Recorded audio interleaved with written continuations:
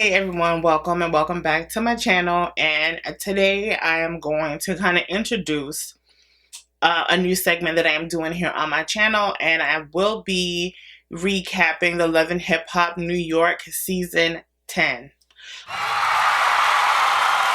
I figure there's so many things out here to talk about other than YouTube drama and all the people that are in it. And I love Love and Hip Hop. And Love and Hip Hop New York happens to be one of my favorite franchises, I would like to say, because there's different ones. So you have New York, you have Atlanta, you have Miami. Am I missing one? That might be it. And New York, it happens to be my favorite one. I definitely want to recap this series and discuss certain things about about this TV show, because I don't know if it's just me, but do you ever find yourself yelling at the TV? I mean, literally, like yelling and wishing that producers would, you know, stop lies in its process. So, and they're definitely good talking points. So I figured, why not bring it to you guys and we can talk about it together. I know not everybody watches Love and Hip Hop, but hopefully by the time I finish talking about the episodes, you would want to probably go see it just to see what I'm talking about. So I know that I'm starting a little late because there was episodes 1 and 2 that were premiered together. So the opening was a 2-hour episode, and then you had episode 3 that came last week. And I'm gonna be maybe like a day or two behind this next episode because this one's coming out so late. But I definitely wanted to get started. We didn't miss anything. It's now starting to get a little interesting, but we're kind of just gonna go over the characters first, so then you get a good feel about where I'm coming from. So if you're interested in getting my thoughts and opinions about the Love and Hip Hop Season 10, New York edition season, by all means, stay tuned. But before you get all cozy, there is a subscribe button that is located right over here. Alongside of it is a notification bell. You want to make sure that you click both of them because you don't want to miss another video from your girl. So go ahead. They're right there.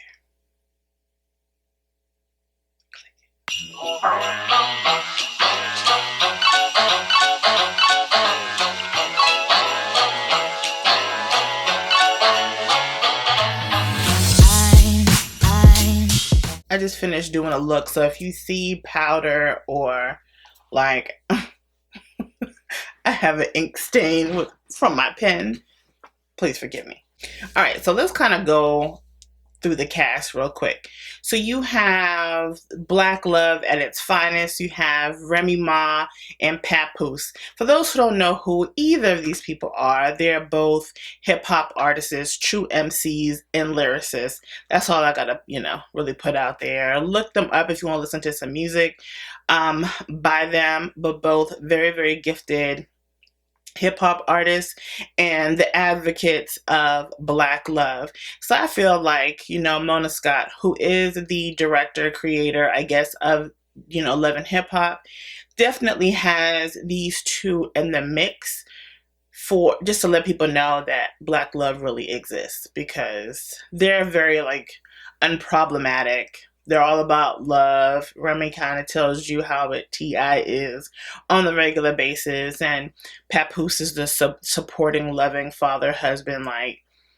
He needs to have a class on how husbands should treat their wives and just how dudes should court women. We don't know him, I don't know him, but how it comes across like dude has it, and he knows what he's doing. He knows what he's doing, and he needs to teach others how to be that way. Next, you have Safaree and Eric Mena. So, for those who don't know who Safaree is, Safaree used to date Nicki Minaj way back when. He was her hype man when she first came out or whatever. He's a cutie pie. A little, I don't know, not always with it. I don't know what not the brightest crayon in the box, but he's cute. And so now he is known for the person who leaked his own nudes, blah, blah, blah. So You can look that up yourself too, because there will be no images in this video. And Erica Mena, I really don't know if she was a model at first. Like, I don't know her background story, but her history on the show is she's the model, wanted to be a singer, rapper, I think singer, can't really sing. And Erica has the reputation of like bouncing around, like love happy. Definitely love happy, and has really gone through the entire cast, both past and present. She's been in love, been engaged, just done the most. So that's her. So Chrissy Lampkin and Jim Jones are now back. Now, if you don't know who Jim Jones is, he was a part of, were they a part of Rockefeller? I think so. But their group was called Dipset. Back in early 2000s, I want to say, is when they came out. Not lyrically gifted, but he's a part of a legendary group. Him with Cameron, Joel Santana, blah, blah, blah. A part of that group. Chrissy Lampkin, I guess she was a video vixen way back when. That's how she met Jim Jones. But nonetheless, they are now back this season. Chrissy Lampkin is here to try to make amends with some of the cast and crew. Is that right? Well, just some of the people that she used to mingle with way back then when, and she has burned some bridges. So I guess she's trying to, get back in good graces, or at least mend fences, because she's a pretty tough cookie. Like, she's not with the shits, to put it lightly. Like, she's kind of rowdy, and I can't remember what season she fell off or where she decided not to come back. Season 4, season 3, where she got into a fight with Kimbella, and it was just a whole fiasco. Now, that fight I will definitely leave down in the description box, because I definitely want you to see what that looks like. So Chrissy's now into real estate, so she's a part of this whole investment group, and she's doing her thing there. Apparently she had left Jim Jones for 4 years. Like, they were still a couple, but just weren't living under the same roof. She's been in Miami, he's been in Jersey, New York, doing his thing, getting into trouble according to her. I really don't know why she's still with him. Like, they've been together for, 12 plus years, and they've proposed to each other, but yet they're still not married. I don't know why. She's a beautiful girl. Why she has wasted her time with this dude is beyond me. Which brings me to Kimbella. Kimbella is the wife of Joel Santana, and he's currently in jail for running around the airport with a gun, or whatever the case is. And I don't know what she did prior to, so I can't give you really backstory. I guess another video vixen, not really sure where she came from, but that is Joel Santana's wife, and she's just rocking out. To me, I feel like Kimbella is the drama starter in this whole group of people. She doesn't have anything else to do, nothing really interesting going on. I don't know what she does for a living, like what are her aspirations, because it's never known. It has never been known what it is that she wants to do. She walks around with horrible wigs and outfits, and you don't know really what she does. I need Malibu Dollface, please hook her up with a wig. She definitely needs a good one. So you have Yandy and Jonathan. Yandy is the wife of Mendices, where I really never understood what he did for a living. I don't know if Mendice was a rapper, maybe I don't know. But he's in jail, and Yandy used to be the manager of Jim Jones, so I think that's how she got into the whole franchise or whatever. But she has been a part of the music industry for Lord knows how long. Now this woman is doing several things with her life: skincare, hair care, all types of stuff. Look her up on IG if you want to get to know her personally. And Jonathan used to be a makeup artist. He might still be one. A makeup artist. He was a makeup artist for K. Michelle, for the girls. And right now he has started his own fragrance line, and the best friend to Yandy and everybody else. So you have Joe Budden and Sin Santana. Now, these two are no longer together. For those who don't know, Joe Budden he's a former hip hop artist. He currently has his own podcast here on YouTube, Spotify, and he's also on Revolt TV, where he does State of the Culture with Remy Ma, whatever. Sin Santana, I really don't know what she's doing with her life other than I think she's an Instagram model. I don't know what she does. But they used to be engaged. They broke up. Now they're just trying to coexist, co-parent, yada, yada. I hope that in this season, they get their stuff together to where maybe they can get back together, because I thought they were cute overall. But you could just tell that there is an age gap. I think that Sin is not even 30. And I think it might be 11, 12-year gap in between the two. And Joe Budden is like 38. And she's like maybe 26, 27, something like that. So we'll see, how that whole relationship pans out, because they got engaged last year around this time, and now they're not even a couple. So then you have Tahiri. Tahiri is now back. I don't even know what season she fell off. Tahiri used to date Joe Budden. You see how all this mess is just... It's going to be interesting. So Tahiri's back, used to date Joe Budden. Now, it's interesting that she's now back and Joe Budden is single. Mona Scott, you're very strategic with your messiness, and I could see this turning into something. I don't mind Tahiri being back because I really like her. I love to see strong women show themselves on TV, whatever the case is, who can handle a lot of stuff, like not super sensitive, stand their ground. I love to see that. I love Remy Ma. Like, I'm a true fan of hers because of her demeanor. Like, not soft, not sensitive, but doesn't cry for everything, kind of stands her ground. And Tahiri has that same vibe. So I really don't know the rationale to why she was brought back. My only assumption is she's back to bring a little conflict or another love interest for Joe Budden, because there really is no purpose for her. If you keep it honest, this really isn't a place for her, because she's not doing nothing. She brings nothing to the table other than the fact that she is Joe Budden's ex-girlfriend. And then you have Rich Dollars. I guess he used to be an A&R manager. I don't know. I just don't know. So my plan for the whole recapping of Love and Hip Hop isn't to go from like start to finish. Like with the opening, they were at the kitchen table, they were talking, blah, blah. And the next scene, I don't want to do that because it gets long-winded and you kind of cover sections of the show that really don't need coverage, you know what I mean? So I just want to talk about the current drama, or the drama that stands out in the episode, versus recapping every detail of the episode, if that makes sense. And hopefully down in the comment section, if there's something that I missed, or there was a portion of the episode that had more of a talking point than what I'm talking about, we can talk about it. I can talk about it in the next episode. So we can talk about it in the comment section, and I can also bring it up in the next video that I record to kind of, go over what was discussed in the comment section.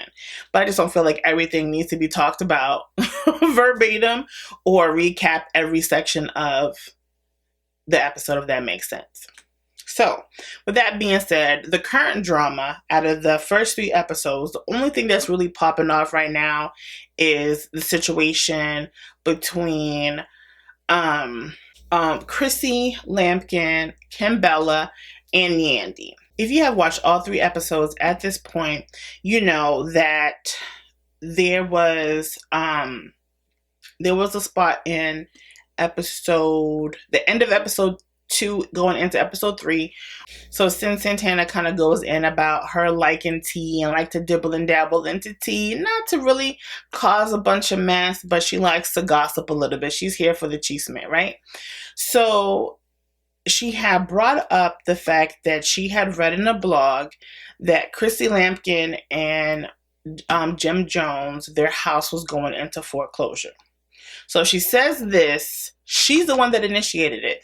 She says this in front of Jonathan, the makeup artist, says it in front of Kimbella, Joelle Santana's wife, and she says it in front of Yandy, which Yandy already has existing beef with Chrissy, and is from last season. She had issues with Kimbella, but they were trying to mend, their friendship, because one, the kids were their children were very involved with one another.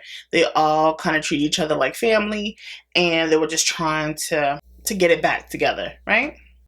So since Santana had mentioned the whole situation with the foreclosure of the house of Chrissy and Jim Jones, Yandy proceeds to pull it up. She's like, okay, well, let me find the blog. So then she goes in and she starts to read what the blog says verbatim. And then there was a section of the blog where she had stopped, and I guess it had said, they were having money issues, or Jim Jones was having money issues in 2010. And she states, well, that was around the same time I stopped managing Jim. And Kimbella was also annoyed, or appeared annoyed, that Yandy was insinuating the fact that the reason why they were going through the money issues and the reason why the house was, in foreclosure around that time is because she stopped managing them. At least that's how Kimbella processed it in her head. Kimbella says there, she tells Yandy that she's messy. She also let Yandy know that they're not friends, which threw Yandy off, because she was like, hold on, we're not friends, but we got the kids together. You were just at a function of mine. Like, she was, clueless. This was back a few seasons ago. I'm going to leave the link to this clip down in my description box, because Love and Hip Hop has a YouTube channel here, and you can find this incident up there. Actually, everybody's reacting to the video. So, backstory. Season 3 or 4, Chrissy Lampkin, she beat up Kimbella, because Kimbella at that time confessed that she used to date Fabulous, who was another rapper, whatever. And he's with, I can't remember what the girl's, Fabulous's wife, girlfriend, what her name is, but she confessed it to her. And Chrissy felt some type of way about the confession. So she proceeded to whip Kimbella's behind, right? I mean, she mollywopped her. She did the most, and it had nothing to do with her, right? I'll leave that down in the description. So in episode 1, I'm sorry, my scalp is on 1,000. So in episode 1 of season 10, Chrissy Lampkin and Kimbella, they have a sit down and kind of squash their beef with one another. So now we're fast forwarding. So now they're at the table with Sin, Jonathan, Yandy, and Kimbella are at the table. She's upset because she feels like everybody's being messy, and now coming into Chrissy's defense, which threw off Jonathan, which also threw off Yandy, because it's like, hold on. When y'all become friends, when you and Chrissy become friends, now you want to defend her, which was odd to me also, outside of looking in. Like, Chrissy really, really whipped the mess out of you. Like, she really gave you the business. And it's odd that you want to come to her defense after all that. Now, I believe in forgiveness. I believe people have, they can have sit down, have powwows, and all be good. But you are not going to instantly be buddy-buddy with someone who beat you up really bad. At least I don't think. Not in my mind. And maybe Kimbella's like, if I act like I'm friends with Chrissy, Chrissy won't come after me and beat me up again, because I don't understand why she's so defensive over this whole situation with Chrissy and Jim Jones' house going into foreclosure. So because now the house is in foreclosure, Chrissy's dealing with a whole lot of backlash within her whole investment group, because she's in real estate. So it's like, well, how can people, invest in you if you have issues with your own house? Like, it causes an issue. So Chrissy's feeling some type of way because, of course, now she has to explain to the people that she's helping it, well, her investment group, whatever. She has to tell them about the whole foreclosure, come clean, blase, blase. So she invited Juju, which is Cameron's ex-girlfriend, and Kimbella along. I don't know where they go. Did they go to Miami? I don't know where they went. Philly, maybe. So she took them along with her so she can have this conversation with her investment group of what was going on. And so on the bus ride to this place, Kimbella decides to tell Chrissy what was said about her during that lunch she had with Yandy and them, right? Kimbella went to fabricate a whole nother story. She tells Chrissy that Yandy said the reason why they went into foreclosure was because she was no longer managing Jim Jones. Just like that, without a blink of an eye, recreated a whole different story. And it's like, did you play that back in your mind? Did that even sound right to you when you said it? But she proceeded to say the same thing. Like, you're loud and wrong because that's not what she said. So now that Kimbella has caused all types of ruckus, it was like, okay, Kimbella, one, how old are you? Like, why did you feel the need? You are just now getting into good graces with Chrissy. So why would you want to start havoc? Like, you're a whole woman over there. Like, why did you feel the need that it was, one, necessary to go back to Chrissy and say anything, and then two, like, be loud and wrong. Be loud and wrong.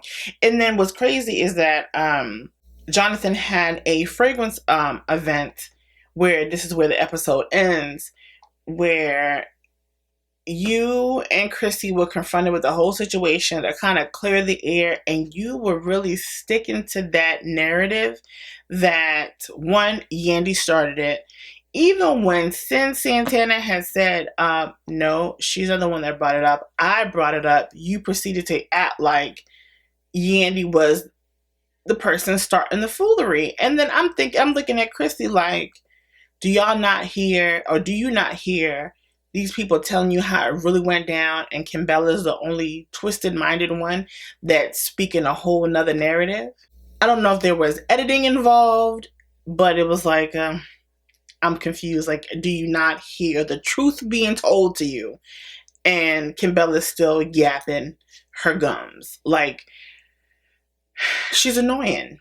She's absolutely annoying, and she's a liar and a shit starter. And I don't know, like, what her purpose is, but hopefully it comes out that she's doing the most.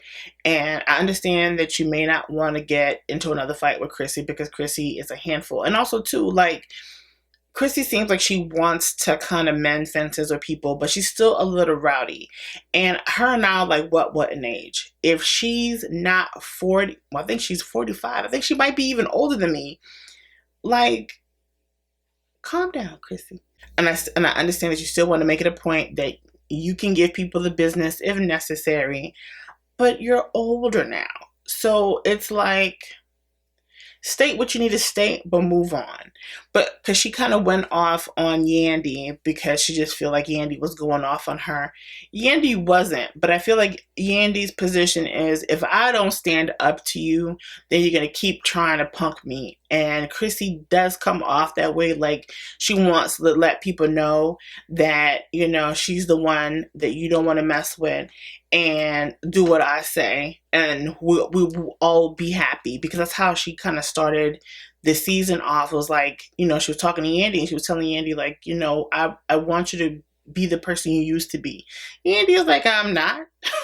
And then, so, you know, and Chrissy comes off like, well, if you're not gonna be that person, then we're just gonna continue to have problems. Like, Chrissy, who are you? Like, I love you to pieces because I love your vibe, but it's like, calm down. Either you're going to squash the beef with these people, or you're going to continue to have beef. Like, I don't know.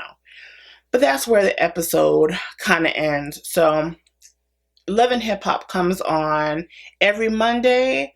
I want to say it's 8 o'clock Eastern Standard Time. If it's not 8, it's 9. But just check your local, or not your local, check your cable, your cable listing. Is it listings? Go through your guide, honey. Type in search Love and Hip Hop New York to see when it comes on for you, but it does come on Mondays. So I will be posting this video because it's late that I'm even recording this. Posting this on Monday, and the episode that comes on Monday, I will be posting that on Thursday, only because this look right here has to go up before the recap of episode 4. So let me know down in the comment section if you are a Love and Hip Hop lover, regardless of which franchise you watch. If so, also too, let me know if you want me to do a recap on the Love and Hip Hop Miami that starts on January the 6th, because I like that one too, because Amara La Negra is in that one, and I am a fan of hers. What else? And let me know if you like this video as a whole. I have other stuff that I want to, I want to talk about or whatever, because I'm into the whole just have a conversation. And I do watch TV, and I do talk to my TV about the people that are in it, and have a full-fledged conversation. Like if I had a moment, this is what I would want to say to you. So let me know down in the comment section what you think of this video. Please don't forget to give this video a thumbs up. And if you haven't subscribed, go ahead and subscribe to my channel. And if you want to connect with your girl on social media, you can find me on everything Talia's Eye Candy. That is on Instagram, Twitter, and Snapchat. And if you want to follow my weight loss journey, you can check me out on Beauty from the Inside Out 365. That is my second IG page. And I will catch you all in the next. Bye. Llegó la